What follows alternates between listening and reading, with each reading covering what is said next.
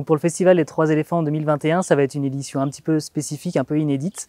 On a dû s'adapter un peu aux conditions sanitaires évidemment. Ça a été une édition un peu compliquée à organiser comme vous pouvez vous en douter.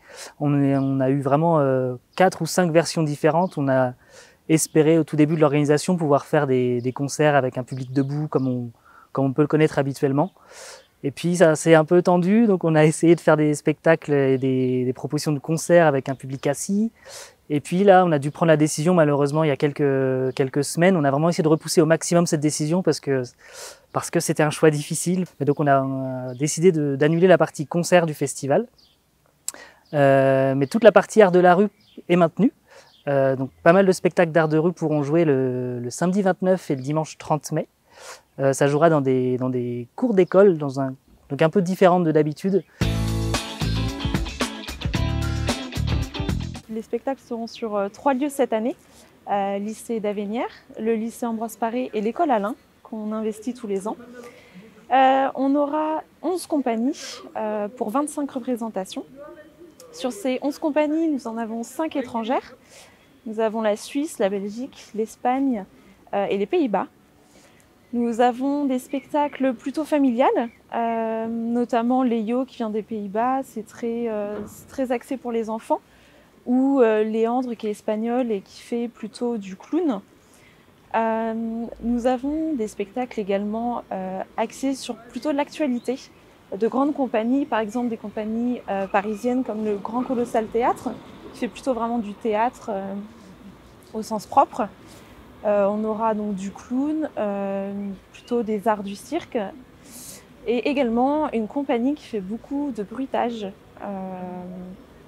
Pareil, sur le thème du western. Pour compléter un petit peu cette programmation d'art de la rue, depuis le 18 mai, on a organisé pas mal d'expositions qui se déroulent dans le centre-ville de Laval, au Jardin de la Périne. On a aussi une proposition en collaboration avec le musée d'art naïf de Laval. Et puis nos collectifs déco qui habillent habituellement le cœur du festival, on les a redéployés cette année sur pas mal de spots dans le centre-ville de Laval. Donc au niveau du square de Boston, sur la place du Jet d'eau, donc sur la place du 11 novembre, dans la cour du Vieux-Château et ici à la promenade Anne d'Allègre. Donc le festival a débuté depuis le 18 mai dans le centre-ville et plus particulièrement au Jardin de la Périne où on est actuellement. On a mis en place une exposition photo qui permet en fait de faire un peu une rétrospective sur le festival depuis sa création. Donc à Lassay-les-Châteaux, en passant par Saint-Nicolas et actuellement en fait sur la place de Hercé à Laval. Par le biais de l'expo, on a voulu montrer un petit peu des photos d'ambiance, des photos de concerts, d'artistes, mais aussi des à côté du festival pour montrer un petit peu que le festival c'est avant tout un lieu de vie, d'émotion, de partage et permettre aux gens de redécouvrir le festival ou de le découvrir tout simplement. À côté de cette expo en fait, au Jardin de la Périne, il y a aussi une expo qui va être mise en place plus à l'échelle de la ville, où vous pourrez en fait retrouver des photos pareil d'ambiance, d'art de rue, de concerts, etc. sur tous les supports de communication qu'on utilise nous d'habitude. Donc ça peut être les bus, les supports de co, les colonnes Maurice, ce sera vraiment à l'échelle de la ville en fait.